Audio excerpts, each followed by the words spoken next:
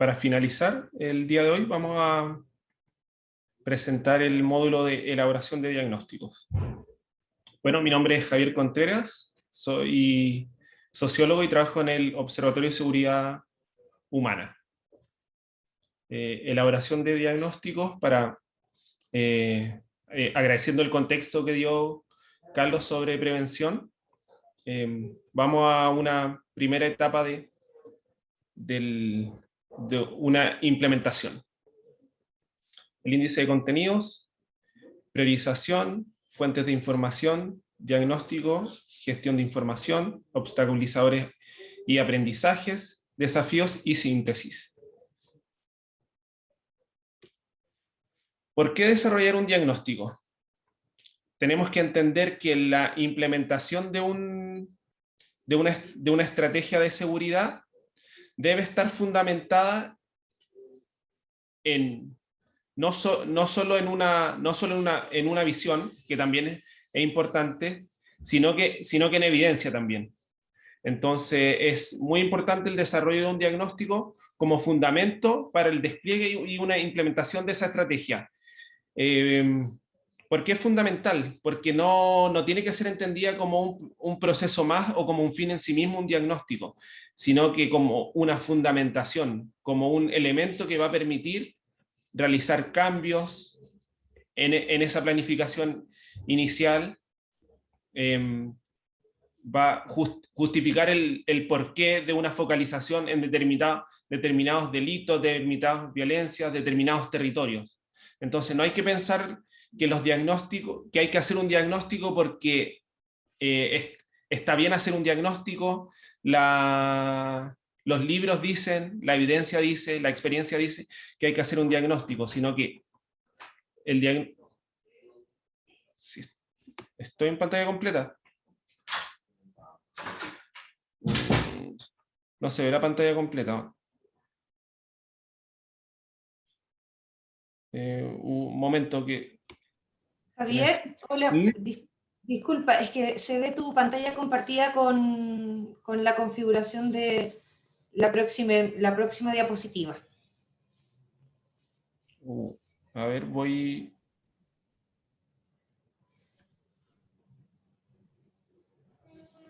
a modificar el formato de cómo compartir.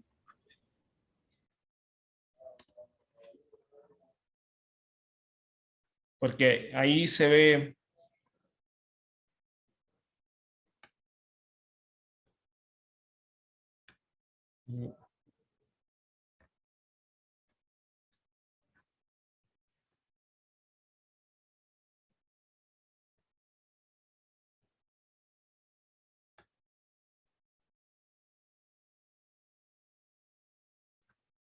Ahí sí. Ahora sí, Javier, muchas gracias. Gracias por avisar. Ya, voy a retomar. Decía que tenemos que entender el diagnóstico como una etapa que va a insumar una implementación, no como un fin en sí mismo y que no va a producir cambio a posterior incluso en los objetivos, en la focalización. Entonces, es fundamental porque sustenta una implementación en base a la información que recoge. Permite además optimizar los recursos existentes. Los gobiernos locales cuentan con recursos limitados, entonces si podemos cuantificar el fenómeno o la problemática que vamos a abordar, podemos hacer un mejor uso de esos recursos, no solo económicos, sino que la oferta. Y además, lograr un gasto público más eficiente. Entonces, esos tres elementos responden al porqué de un desarrollo de un diagnóstico. ¿Un diagnóstico de qué? Como bien explicaba Carlos, hay siete dimensiones de la seguridad, entonces un diagnóstico de seguridad humana tiene que ir más allá de los delitos.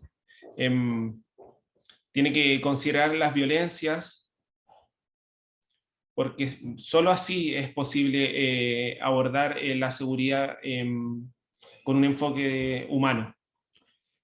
Decisiones y priorizaciones del por qué, de qué tipo de diagnóstico hacer, quién financia, eh, de, determina las directrices de qué es lo que se va a recoger, qué es lo que se puede recoger, qué es lo relevante, cuáles son los indicadores. Entonces, es un tema no menor a la hora de priorizar cuáles son los elementos a reportar en un diagnóstico. ¿Quién establece finalmente los términos de referencia o la estructura marco para el desarrollo de un diagnóstico? Y también es sumamente relevante quienes elaboran un diagnóstico. El, el, si son, si se hace desde el mismo gobierno local, en este caso, si es un grupo externo, van definiendo los indicadores por una parte, o la intensidad del análisis, la profundidad. Por eso yo uso esos conceptos. Son decisiones, pero también priorizaciones respecto a cuánto profundizar en un aspecto u otro, a partir de quién financia y quiénes elaboran el diagnóstico. Y muy ligado a eso está como la exhaustividad y la comparabilidad.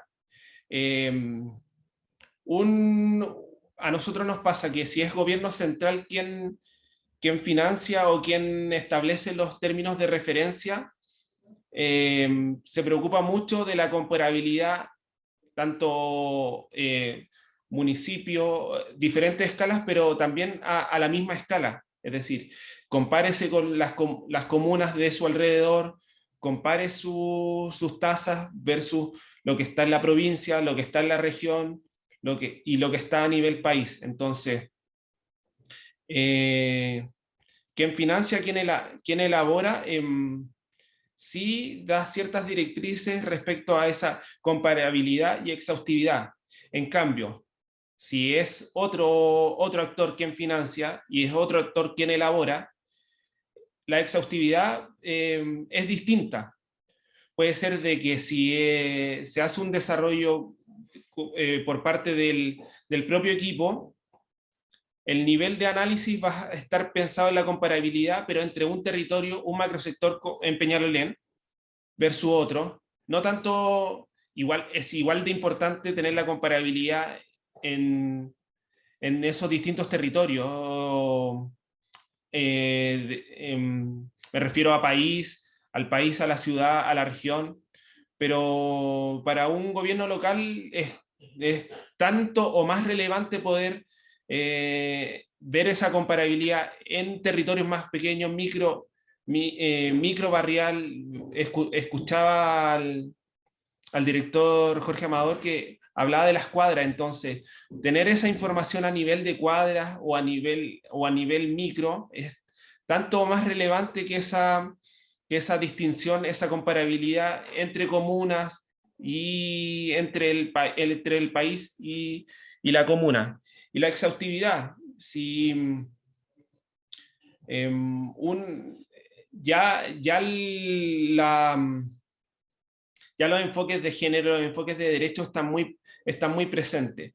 Pero yo puedo llevar esa exhaustividad hasta el menor indicador. Puedo tener las diferencias por género a indicadores muy pequeños, que si yo me rigiese solo por términos de referencia que me dicen captura la victimización o las víctimas diferenciadas por sexo y género, no podría entrar a un nivel de análisis de, no sé, deserción escolar, formación de comités, directivas, si son más hombres o más mujeres quienes están en la directiva. Entonces, esos elementos de quiénes financia, quiénes elaboran los términos de referencia o el marco sobre el que voy a elaborar el diagnóstico, tienen un impacto respecto sobre qué va a ser mi diagnóstico y qué tanta información y qué tanta exhaustividad va a tener ese diagnóstico. Y eso hace que entre esta nueva categorización, que es la focalización y territorialización. Es decir, magnifico a nivel microbarrial y focalizo en grupos y en territorios. En territorios si voy a ese nivel exhaustivo. ¿Cuáles son las principales fuentes de información o cuáles son las fuentes de información que nosotros habitualmente utilizamos o hemos utilizado para el desarrollo de los diagnósticos? Como base de datos, las denuncias de delitos, las incivilidades o faltas cívicas o problemas asociados a la convivencia, los registros de números de seguridad y emergencia, los ingresos de menores de edad, infractores de ley o vulnerados en sus derechos, y las aplicaciones de seguridad. A nivel de levantamientos comunales podemos ver las encuestas de seguridad y victimización, líneas bases de programas, las encuestas de evaluación de programas, ya sea de proceso o de resultado, y tenemos un incipiente evaluación territorial de recintos deportivos comunitarios, asociado también a la incivilidad de las faltas cívicas. Como recursos locales, ¿y por qué ponemos este elemento? Porque no solo hay que capturar indicadores delictuales o de violencia o de bienestar, sino que también lo existente. Por eso es tan relevante los mapas de actores y la oferta existente. Estos son solo algunos de los recursos que podemos considerar en un diagnóstico, pero no son los únicos. Pienso que cada uno de estos elementos considerados tiene una visión muy autocéntrica. No se ve que haya un levantamiento de información que, por ejemplo, un cabildo de niños o metodologías de diseño de cómo se imaginan su comuna. Entonces, metodologías que capturen el sentir de los niños también. Eso como un ejemplo de otras fuentes de información.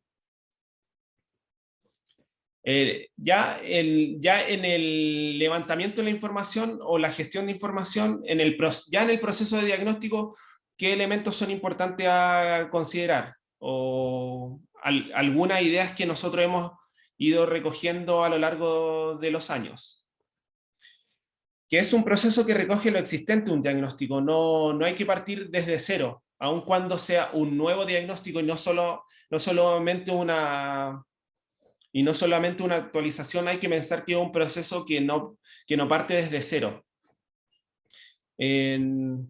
Pensando en lo referido anteriormente de los delitos más allá de los indicadores más allá de los delitos, es importante, antes de iniciar el proceso, delimitar esos indicadores. ¿Cuáles van a ser los indicadores que yo voy a ir a recoger? Es importante poner a la comunidad como principal fuente de información en un diagnóstico que recoge seguridad y bienestar. En esa misma línea hay que evaluar los factores de riesgo y factores protectores, uniéndolo a lo que decía anteriormente, de los recursos, la oferta existente y de lo que existe. Y bueno, muy importante conectar con la información de otras instituciones. No puedo pensar de que yo voy a construir un diagnóstico solo con las instituciones, por ejemplo, de las policías, el Ministerio Público y lo que el municipio recoge. Tengo que también entender esa otra institución entendida en un término amplio, la red local, las ONGs, otros actores que están en el territorio, sean articulados o no articulados. Como obstaculizadores, uno ve en el caso chileno los límites al acceso de información. La información de delitos pertenece a otras instituciones, que aun cuando uno pueda obtener vía convenio, la profundidad de esa información está reducida. Nosotros, en el caso de las denuncias, solo podemos obtener la información de horario, lugar de ocurrencia, pero no tenemos mayores detalles respecto a cuántas víctimas hay, cuántos imputados hay y cuáles son las características de las personas involucradas en esos hechos delictivos. tenemos información, como decía, acotada, pero solo de la incidencia delictiva. No se materializa en personas esos hechos. Por lo mismo, la información que hay respecto a víctimas y victimarias es muy acotada y no está mayormente desagregada, no puede ser vinculada como gobierno local, estoy diciendo, no es que otras instituciones no tengan acceso a esa información, sino que a la hora de elaborar un diagnóstico, la información de víctimas y victimarios para nosotros como gobierno local es limitada. Podemos saber su frecuencia, la magnitud, pero no información mucho más detallada. La edad, pero siempre información en términos gruesos, no está desagregada. Datos sobre población penal y personas privadas de libertad es muy limitada. Ciertamente el acceso a la información y el cuidado de la privacidad son relevantes, pero en el caso chileno que los planes comunales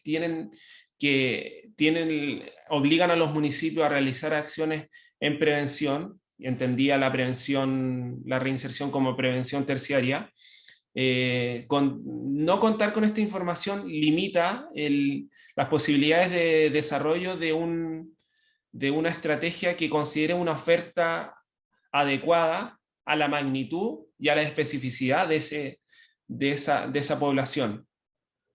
No, puede que sea puede que sea un problema inexistente para un gobierno local,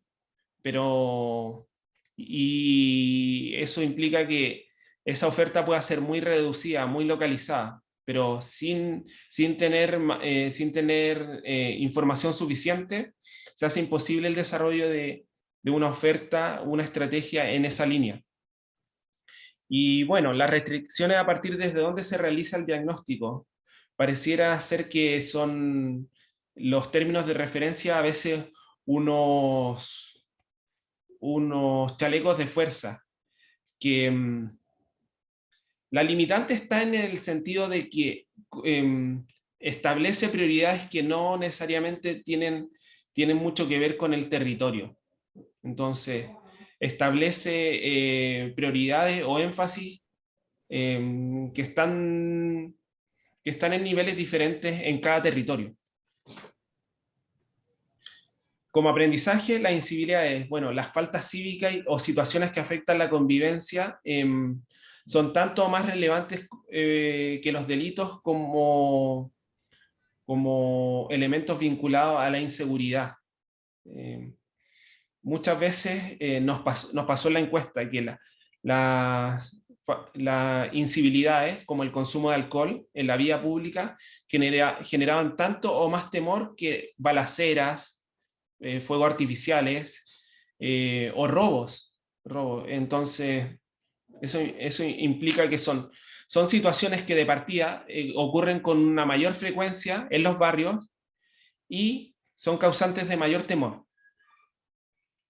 Hay que entender los términos de referencia como los términos de referencia o el marco que estructura los indicadores de un diagnóstico como unos mínimos y no como unos límites. Muchas veces cuesta salirse de ese marco, pero es muy importante entenderlos como mínimo y no como límites, fundamentalmente por lo de las incivilidades.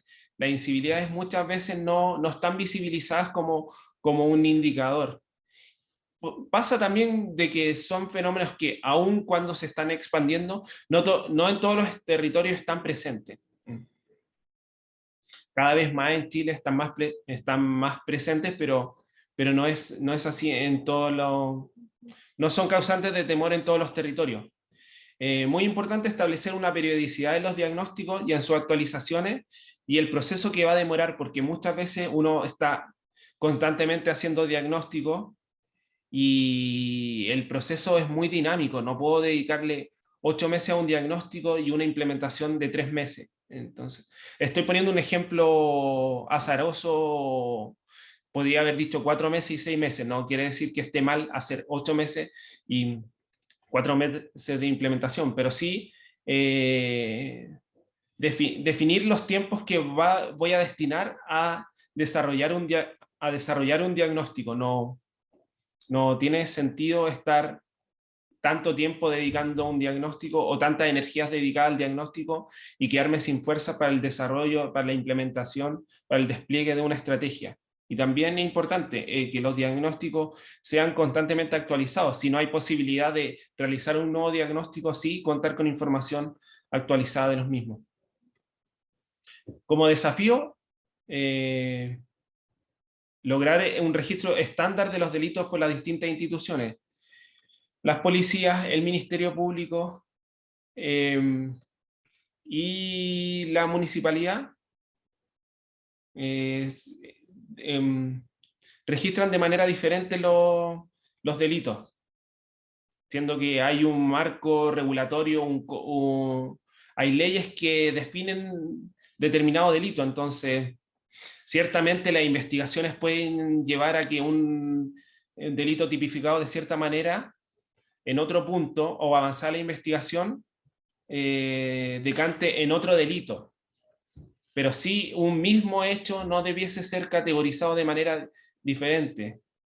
Los robos de vehículos con intimidación o violencia en Chile no están categorizados de la misma manera por el Ministerio Público y por las policías. Entonces, ese es un ejemplo. También hay que tener mucha conciencia del efecto de un diagnóstico en la realidad social. Claramente es una acción preventiva, pero también afecta la visión y la percepción del fenómeno. Todo lo vinculo, hago el link con lo siguiente, en el doble juego de comunicar y difundir las acciones vinculadas a seguridad y el impacto de la percepción. Pareciese ser que todo evento vinculado a seguridad genera más inseguridad, aun cuando son hechos positivos. Uno puede ver en los medios, se me fue, no ver como fuente de información, la cobertura mediática que se hace de los delitos y cuál es su impacto en la percepción, es un elemento a considerar, tanto el registro, medios escritos como medios audiovisuales, podría ser un elemento a considerar relevante para el desarrollo del diagnóstico. ¿Cuál es la cobertura que se le hace en los meses previos al levantamiento diagnóstico? Los hechos delictivos. Aun cuando son hechos favorables, uno ve que es en comisión de delitos, el archivo que muestran los medios audiovisuales fundamentalmente. Operativo exitoso siempre incluye, es revictimizante las imágenes que muestran. Aun cuando son hechos favorables, se utilizan videos como de hechos violentos. Entonces es como bien complejo la comunicación, y por eso un diagnóstico es un proceso preventivo, pero también tiene un efecto en la percepción del fenómeno. Bueno, y un elemento es recoger e incorporar la opinión de los expertos en los diagnósticos, que aún pueden aportar evidencia comparada de otros territorios. Lo digo a modo de ejemplo de que es importante capturar la opinión de los expertos, incorporarla a los diagnósticos como otra fuente de información. A modo de síntesis, hay que entender que los diagnósticos recogen la magnitud de la violencia y las potencialidades de los territorios. Con esto se refuerza la estrategia dual de la seguridad humana. Como lo dijo Carlos en la anterior presentación, es empoderante, pero también el Estado debe garantizar la seguridad. Entonces, recoger cuánta violencia hay en los territorios para poder otorgar seguridad, pero también entender que el diagnóstico debe recoger las potencialidades, la capacidad empoderante. Por lo mismo, debe recoger las demandas y los recursos de la comunidad, debe recoger evidencia, esto es muy importante, sobre lo que ha resultado y lo que no. Y quizá eso es lo que más puede uno entregarle a otro municipio o a otro gobierno local. es tan relevante lo que resulta como lo que no. Y bueno, un diagnóstico de seguridad debe trascender los indicadores de delito. Solo así es posible el despliegue de un plan local de seguridad humana.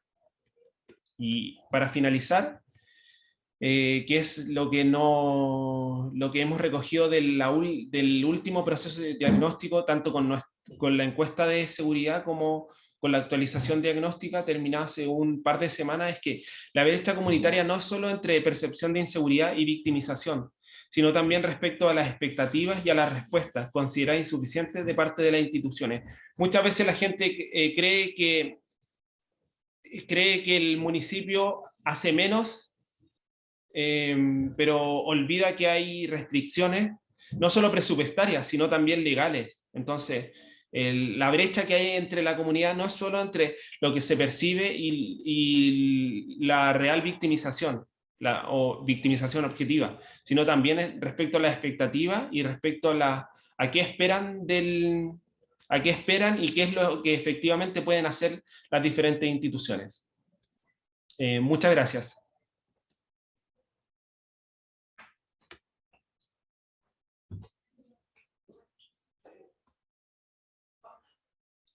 Ya. Ahora, espacio para preguntas. Si quieren, les pueden activar los micrófonos o pueden hacerla por el chat. Si es que ya hay en el chat, yo no pude ver si es que habían.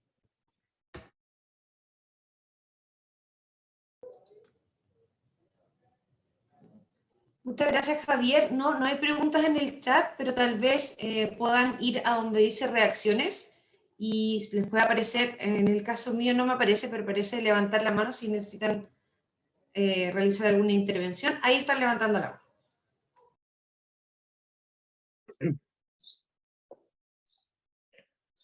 Bueno, buenas tardes. ¿Se escucha, Roberto? Sí, perfecto, se escucha bien. Genial. Mi pregunta va ligada con el ponente anterior y considero que desde la perspectiva del diagnóstico también es importante, porque en la institución pues podemos diseñar la estrategia, salir a campo y realizarlo en la temporalidad, como lo mencionabas en la ponencia, es fundamental. Pero ¿qué hacer desde su experiencia? Es decir, ¿cómo hacer que la comunidad, es decir, los vecinos, la comunidad en general, dejen la apatía a un lado y se involucren en las dinámicas colectivas? Acá en Nezahualcóyotl es una de las grandes problemáticas. Es decir, algunos vecinos solo piensan en sus individualidades, en problemas individuales que no les da el panorama para revisarlo en lo colectivo. Entonces, en su experiencia, ¿cómo lograr pasar esa barrera?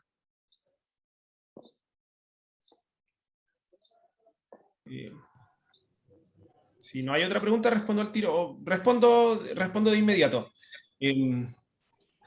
Yo tengo muy patente un ejemplo. El año 2015 en Peñalolén hubo un alza considerable de robo en viviendas, en lugares habitados. Sí. Y en esos territorios donde eran focalizados los robos, fue el territorio donde más comités de seguridad se constituyeron y más alarmas comunitarias. No sé si se dice de la misma manera alarma en México, Sí. pero fue y nosotros le mostramos un gráfico simple donde se vinculaba el año previo y el año subsiguiente. Y no sé, pasamos de 900 robos, 900 robos en vivienda a 600. Y muy ligado a esos territorios, donde más comités se constituyeron, donde más alarmas, donde la comunidad más se organizó, fue donde más impacto tuvo la comisión de delitos. Ciertamente son otros factores asociados, pero fue como decirle, mira, que ustedes se organicen tiene un impacto inmediato en la comisión de delitos. Me imagino que hay otro ejemplo que otras personas de la dirección pueden dar, pero yo tengo muy patente ese ejemplo de cómo lograr salir de la apatía diciendo, hay evidencia concreta de que la organización vecinal no el trabajo de las policías, porque las policías probablemente hicieron la misma cantidad de rondas o intensificaron los primeros meses la ronda por el hecho que es evidente. Cuando hay una comisión de delito, uno tiende a focalizar los esfuerzos en esos territorios, pero esa organización territorial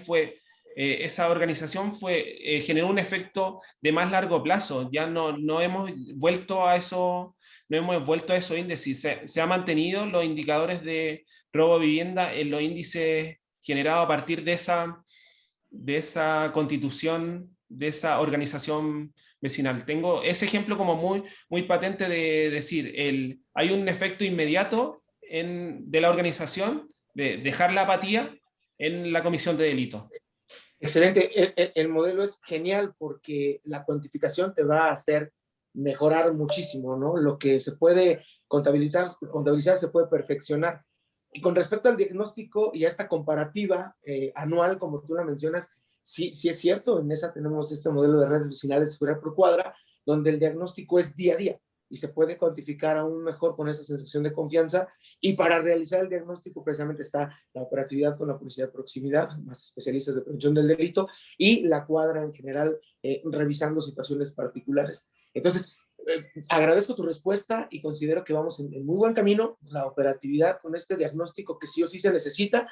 Hay diagnósticos un poquito más profundos, pero en cuanto a atacar la delincuencia o la incidencia delictiva con delitos menores y sensaciones de confianza, pues el elemento de policía de proximidad es fundamental. Entonces, habría que reforzar esa parte para poder cuantificar bien lo cualitativo, ¿no? O sea, los datos que nosotros agregamos a la novedad para que esta novedad tenga mayor peso como diagnóstico en las redes vecinales diarias. Perfecto, te agradezco mucho. Javier, quería agradecer también la pregunta que realiza Roberto, pero también agregar y recordar que durante esta semana vamos a tener un módulo que va a estar focalizado en estrategias y aprendizaje en torno a prevención comunitaria. Puesto que el desafío que tú mencionas, Roberto, es un desafío que todos los equipos de seguridad enfrentamos hoy en día. Sin embargo, si algo bueno tiene la pandemia, es este retorno a lo colectivo ante la adversidad, que vamos a ver también que es súper importante. Es un área de oportunidad. Para poder proyectarlo en un trabajo más sostenible. Pero vamos a tener un módulo particular de temas comunitarios, que, si no me equivoco, es el día jueves o viernes. En estricto rigor, no tengo el programa ahora a mano, pero vamos a poder profundizar en esos temas. Yo también quisiera plantear algo. Javier, ¿se puede? Jefa, ¿se escucha bien? ¿Se escucha bien? Ya. Yo también quisiera plantear algo frente a la pregunta que hace Roberto, y que yo creo que los municipios chilenos lo vivimos mucho más en relación a ustedes. Ustedes, el hecho de que tengan la policía y que tengan también las redes vecinales en conjunto, pueden obtener mucho más información cualitativa. Nosotros tenemos, lamentablemente, nuestras policías funcionan solo con las estadísticas policiales, y las estadísticas policiales no dan cuenta de la realidad. Entonces hay una serie de incidencias que tienen que ver como más bien incivilidades que no son incorporadas en el diagnóstico ni en el quehacer policial. Y eso para nosotros es bastante complejo. Es una situación bien que lo podrían plantear incluso otros municipios de los chilenos que tenemos acá, y que va en una diametralmente distinto. O sea, es como, por un lado van las estadísticas policiales y por otro lado, ¿no es cierto?, va lo que la comunidad percibe, lo que la comunidad vive, y que no van quedando en ninguna estadística propiamente tal, y que nosotros sí levantamos en el observatorio con los llamados a nuestro número único 1461, con las reuniones con la comunidad, y que eso nos cuesta mucho que la policía asuma como algo propio, y que son más bien incivilidades, y que eso a nosotros en Chile nos provoca una gran inseguridad a nuestros vecinos. Y dentro de este diagnóstico, por eso que dentro de un buen diagnóstico tiene que ver cómo levantamos información cualitativa de los vecinos, cómo nosotros somos capaces de sistematizar aquella información que viene por distintas vías comunitarias, o por esta vía, como le decimos, los llamados que son a nuestro sistema, digamos, de nuestros agentes preventivos. Es un tema no menor para el diagnóstico en Chile. Ustedes tienen mucho más posibilidades con su observatorio porque tienen todo junto. Eso quisiera plantear. Y con respecto a tu pregunta que tiene que ver con cómo incorporar a la comunidad, claro, o sea, en la medida en que la comunidad está viendo que la focalización de las estadísticas policiales no son, ¿no es cierto?, lo que ellos efectivamente sienten, piensan, viven, efectivamente eso nos va produciendo en que la comunidad se incorpora menos. Pero cuando hay, como el ejemplo que planteaba Javier, una buena relación con la comunidad y la comunidad está haciendo, se le responde a sus necesidades con diagnósticos adecuados, digamos, efectivamente la coproducción de seguridad aumenta.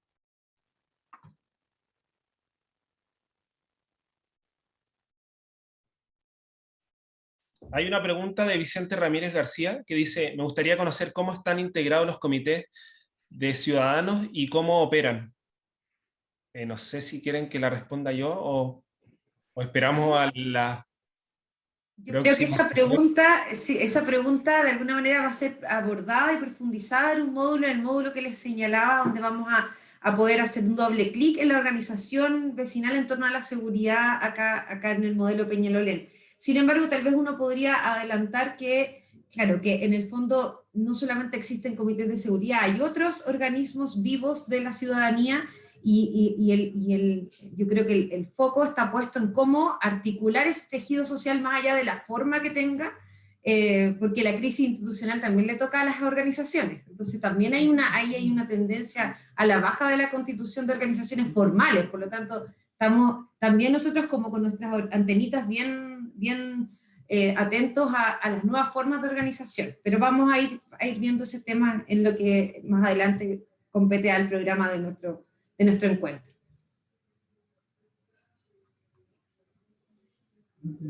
¿Habrán preguntas? ¿Alguna pregunta? Está mirando mucho lo que hacen sus redes vecinales. Sí, en eso tenemos mucho también que compartir aprendizaje. Yo no sé si hay más preguntas particulares en torno a diagnóstico o a lo que explicó Carlos anteriormente. Sí.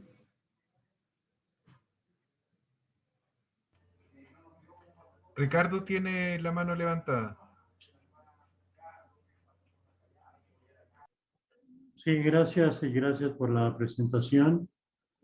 Es verdad que nosotros en ESA, con las redes vecinales, tenemos una infraestructura para poder recabar una gran información venida de la propia comunidad.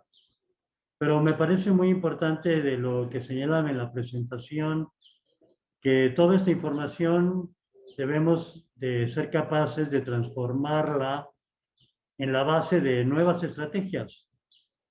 Estrategias para programas, estrategias para mejorar toda la acción de la policía vecinal.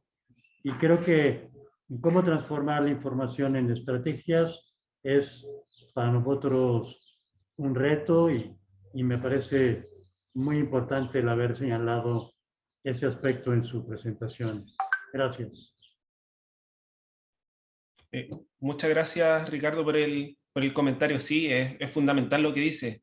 Muchas veces uno desde la oficina, desde el escritorio, cree que es iluminación la problemática principal, pero los vecinos puede que sea el podaje de árboles, no sé cómo se dice en México, pero el despeje de árboles, que quizás no son las luminarias las que están malas, sino que son los árboles los que impiden la luminosidad. Entonces, si no se cuenta con esa información o si no se utiliza de manera adecuada, entramos en un desfase o vemos el levantamiento de información como un fin en sí mismo y no lo es. Es como hacer partícipe a la comunidad de un proceso que ya estaba determinado. Si no generamos cambios, si no hacemos uso de esa información, como bien dicen, no tiene mucho sentido. No hace sentir bien en el alma, pero no bien en la ejecución.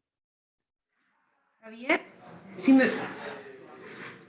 ahí hay una pregunta, pero solamente quería agregar algo a lo que tú señalaste en relación al diagnóstico, relevar algo que pasó, a lo mejor pasó un poquito ahí rápido entre tanta información, que es el rol que tienen también los niños y niñas, la voz de los niños, las niñas, los jóvenes, en los diagnósticos. Muchas veces el adultocentrismo nos lleva a trabajar solo con el mundo adulto pensando que somos portadores de la verdad Y nuestra experiencia es que los niños y niñas tienen una visión mucho más honesta de lo que sucede en sus territorios, que son capaces de visualizar no solamente problemas, sino también oportunidades, y que insuman muy adecuadamente en lo que sucede en los territorios y aportan a los diagnósticos elementos muy valiosos. Entonces también trabajar diagnósticos intergeneracionales es vital.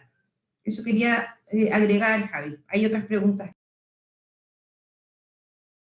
Respecto a cómo de Lobos, ¿cómo contabilizan sus delitos día a día y o cómo lo analizan? Mira, primero voy a dar cuenta de cuáles son las vías de ingreso más recurrentes, porque las distintas fuentes de información tienen periodicidad totalmente diferente. Nosotros las denuncias las recibimos una vez al mes y con desfase. Las incivilidades, por ejemplo, pueden pasar meses que no sean recibidas. Pero en el caso de los delitos, y como de manera regular, está la central de cámaras de nosotros, del municipio, está en la 43 comisaría. Es decir, las cámaras están dentro del... ¿Se dice comisaría o no?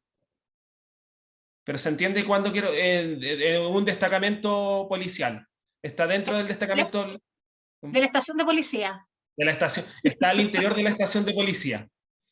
Eso por una parte. Entonces eso tiene entrega inmediata de hechos delictivos vía WhatsApp, correo, pero si es inmediato, WhatsApp, correo, teléfono.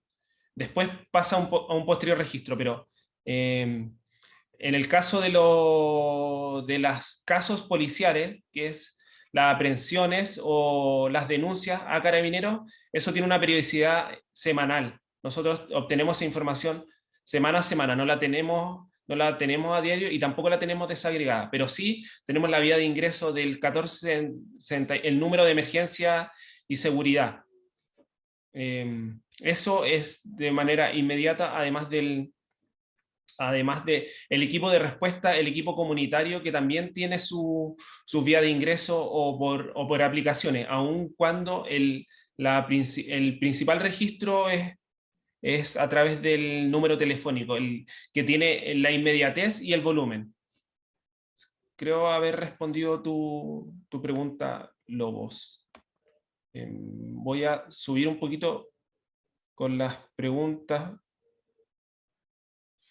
Voy a leer el comentario de Roberto. Fundamental de igual manera para el éxito sería la voluntad política y la intervención adecuada y eficiente por parte de áreas pertinentes de los municipios y comunidades. Sí, hay que entenderlo. Es un diagnóstico de seguridad, pero no es un diagnóstico de la dirección de seguridad. Entonces sí es importante el elemento que tú consideras. Nosotros, la violencia intrafamiliar, por ejemplo, tiene varias dimensiones en nuestra dirección, no es exclusiva de nuestra dirección. Creo que en el caso de ustedes también está así, es otro el departamento, otra la orgánica que ve violencia intrafamiliar o violencia de familia. Sí, buena acotación. Perdón, Javier, pero Ranferi tiene su mano levantada. Ah, perfecto. Ranferi, te escuchamos. Creo que... Hola. Por ahí sí me escucha, ¿verdad? Sí, perfecto, Ranferi. ¿Te escuchas? Hola. Bueno, saludos a todos. Saludos, Norma, Carlos. Es un gusto que nos hayan invitado y participar ahorita. Yo tengo una pregunta desde un ámbito criminológico. ¿Cómo al crear el diagnóstico, cómo podemos nosotros integrar las diferentes direcciones de la criminología, como lo que viene siendo la biología, la antropología, la sociología y hasta la psicología dentro del estudio en un contexto social? Esto desde el ámbito de estudiar el tema del posible delito, delincuente, víctima, victimario. ¿Cómo podríamos utilizar esta herramienta de la criminología para tener tener un diagnóstico más preciso en el tema del comportamiento humano en la localidad o en la comunidad en la que se tendría que intervenir? A ver, es que el diagnóstico cumple por un lado la fase de lo que es el proceso de generación de conocimiento.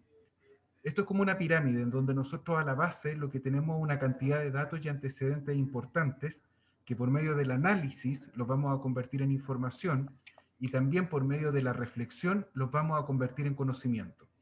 Una vez que nosotros tenemos conocimiento, asumimos que contamos con una herramienta potente para poder presentarla a un tomador de decisión y poder generar política pública.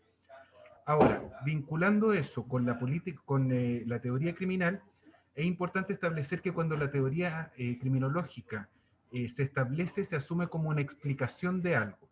Sin embargo, hoy día nosotros hemos asumido que las diversas teorías criminológicas lo que hacen es principalmente aportar a la comprensión de fenómenos determinados. En base a ello, nosotros tenemos una distinción importante de teoría criminológica. La primera tiene que ver con aquella teoría que se orienta principalmente al comportamiento del individuo, que ahí tú tienes las teorías de la personalidad, la psicoanalítica, etcétera, y eso nos permite a nosotros ir comprendiendo el fenómeno desde el enfoque del individuo. No obstante, posteriormente al desarrollo del derecho penal y el surgimiento de la criminología, viene toda la línea que se focaliza en el delincuente. Y ahí empezamos a considerar la teoría de la elección racional u otras que nos permiten explicar el por qué hay personas que cometen un determinado delito y otras no. Y después se une finalmente una teoría criminológica que tiene que ver ya con las de los patrones, nodos, rutas u otros, que nos permiten establecer elementos situacionales. Entonces, el enfoque, dependiendo el fenómeno delictual al cual nosotros nos estemos enfrentando, el enfoque teórico tiene que estar orientado a ayudar a comprender. Pero la teoría en la actualidad no nos va a permitir el poder explicar el por qué se produce un hecho delictivo. Y desde ese enfoque de comprensión es que nosotros podríamos aplicar elementos diagnósticos que están a la base para poder generar ese conocimiento que me permita poder terminar con una política pública que no sea basada en lo que nosotros llamamos el olfatómetro o la intuición, sino que sea basada en el conocimiento. Plantear también que hay otras teorías, que lo vamos a ver también en un doble clic, que son las teorías que tienen que ver con la prevención, propiamente la prevención social, lo que son las teorías de riesgo, ¿no es cierto?, en la línea que son las teorías ecológicas, el modelo ecológico de Benner, que siempre que tiene que ver, ¿no es cierto?, con lo que significa fundamentalmente los factores protectores y los factores, ¿no es cierto?, de riesgo, y que vamos viendo cómo esas teorías también tienen que ver con el fenómeno social donde estamos insertos, o sea, y por lo tanto ahí tenemos que ir trabajando este cruce de información.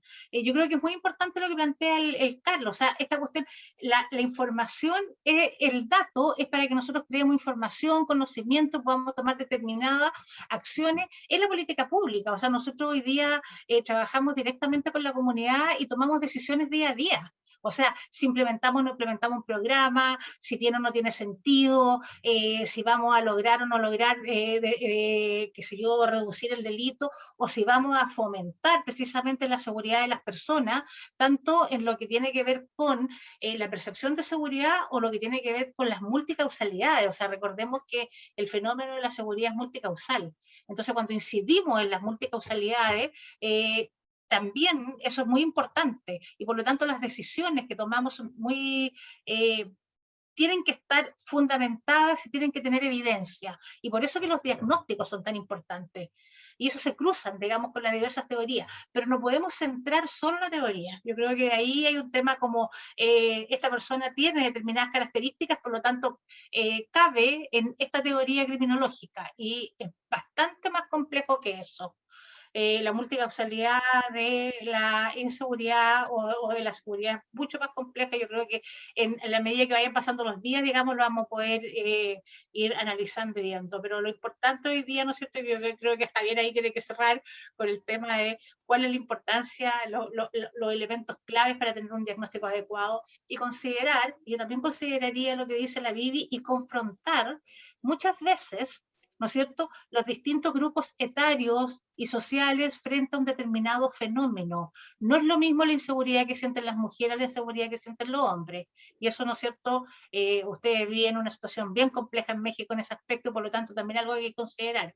Lo que piensan los niños, lo que piensan los adultos mayores. Y nosotros ahí les podemos contar algunos ejemplos súper importantes que hemos tenido, o sea, frente a un mismo diagnóstico, frente a un mismo sector que tiene que ver con un zócalo determinado, ¿no es cierto?, así, con una plaza determinada, los adultos mayores lo sentían súper inseguro porque resulta que llegaban porque los jóvenes se tomaban el espacio, consumían alcohol y droga, y resulta que eso era muy inseguro para ellos.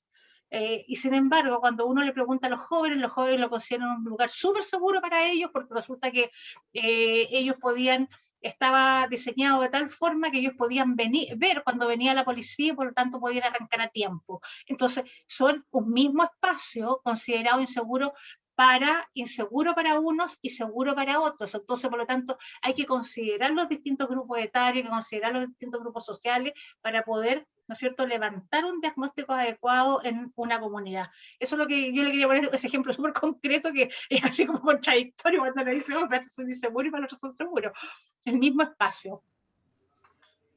Javier, ¿me Sí, permites? sí, No puedo dejar de mencionar que un conjunto de teorías que yo considero que son las que hoy día priman, que tiene que ver con las teorías críticas de la criminología. Finalmente hay variables estructurales que desde un enfoque de seguridad humana estamos conscientes de esas variables estructurales que generan condiciones para que se produzcan situaciones de violencia. Por lo tanto, las teorías críticas hoy día creo que están a la base de lo que hacemos, y al momento de comprender los fenómenos también están a la base.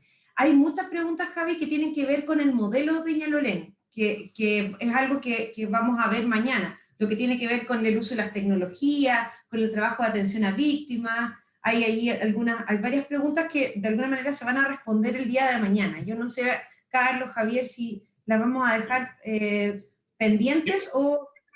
Sí, me gustaría agregar algo a la pregunta de Ranferi, que creo que tensiona de buena manera y lo planteé como no me acuerdo si fue un desafío o un obstaculizador, que las víctimas y los victimarios y los diagnósticos, en el caso chileno, están muy ausentes, porque la información disponible es muy limitada.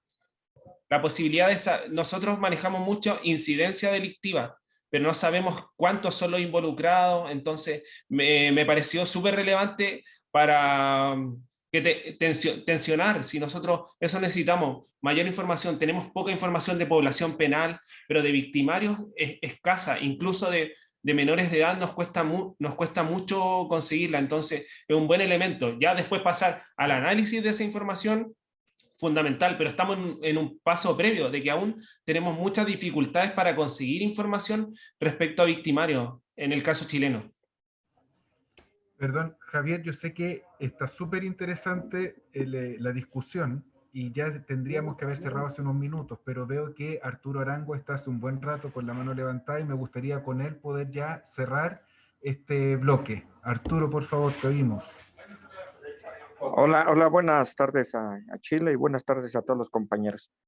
Yo solo quería comentar que realmente en México, por ejemplo, en cada evento delictivo que se comete, solo se cuenta un delito a juicio del Ministerio Público. Entonces, si en un evento hay 3 o 4 delitos, y son diferenciados, por ejemplo, puede subir una persona que vaya en un autobús, tú que conoces Nesa, que vaya de Iztapalapa a Nesa. Pero entonces puede ser que parte del delito se cometa en Iztapalapa. Parte del delito, otros delitos se cometen en los límites entre Iztapalapa y Nesa. Y un tercer o cuarto delito se comete ya en Nesa.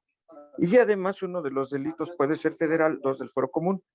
Y entonces aquí necesitamos nosotros realmente tener un sistema que capture todo eso, es decir, que no captemos incidencia delictiva, que captemos eventos delictivos en donde viene la víctima, el victimario, porque además aquí podemos tener víctimas y multivíctimas, podemos tener victimario y multivictimario, y podemos tener también competencias cruzadas. Y lamentablemente en México, por ejemplo aquí, ¿qué pasaría que solo se levanta un delito en una competencia? Y entonces nuestra información también queda difuminada. Entonces, en ese sentido, es de mi leal saber y entender, y lo que yo he recomendado siempre a los ayuntamientos con los que he trabajado, es de que en vez de buscar víctimas y victimarios, que se nos vuelve difícil, que busquemos zonas en conflicto, es decir, aquellos puntos críticos por días y horas, y estamos desarrollando ahorita, Carlos, un modelo que permita hacer eso, que nos permita manejar por días y horas las zonas conflictivas y entonces podamos tener una asignación dinámica de patrullaje de manera eficaz y eficiente. Si no tenemos eso, porque buscar a las víctimas y victimarios en este momento tendríamos que esperar a que se cambien y modifiquen las leyes y demás, y entonces es más fácil, como bien lo señala Ron Clark y John Eck en sus 60 pasos, en vez de irnos hacia las personas, irnos hacia los esquemas y así evitar que los delitos se cometan. Es decir, no podemos tener a todos los delincuentes en la cárcel, finalmente, pero sí podemos evitar que estos delitos se cometan utilizando el triángulo de la criminalidad y haciendo ya una vez que tienes el estudio de las zonas críticas, entonces sí, tú ya puedes trabajar directamente con ese triángulo, responder todas las preguntas de ese triángulo, que son como 70, 80, y igual algún día las comparto, ¿no? Y entonces ahora sí, vamos a estar atacando territorios en vez de combatiendo delincuentes. Es bajo ese esquema el cual yo sugeriría y creo que es más eficiente y eficaz. Y con esto termino. Y muchas gracias por darme la palabra. Gracias, Arturo. De verdad que es interesante. Yo conozco un poco el trabajo que tú has realizado y efectivamente la territorialidad es fundamental para el abordaje adecuado de los fenómenos delictivos o de seguridad que se puedan manifestar en él. Dicho esto, quisiera agradecer a todos y todas por su asistencia, por su paciencia, por su interés y por su motivación. Y los queremos esperar el día de mañana. El día de mañana, en la misma hora, a través de la misma red, a quienes se han unido a través de YouTube o a quienes lo han hecho a través de Zoom. El acceso a través de YouTube es abierto, por lo tanto pueden ingresar y invitar a quienes ustedes quieran. Es importante que establecer que probablemente mañana se responderán muchas de las preguntas que se han realizado a través del chat, porque vamos a tener 3 módulos. El primero de ellos tiene relación con la presentación de la política local de seguridad de Peñalolén. El segundo abordará la articulación interinstitucional de servicios focalizados en materia de seguridad. Y el tercero tendrá relación con espacios públicos e integración, desafíos desde la prevención local. Así es que esperamos verlos a todos y todas el día de mañana. Muchas gracias y que tengan un muy buen día. Hasta luego.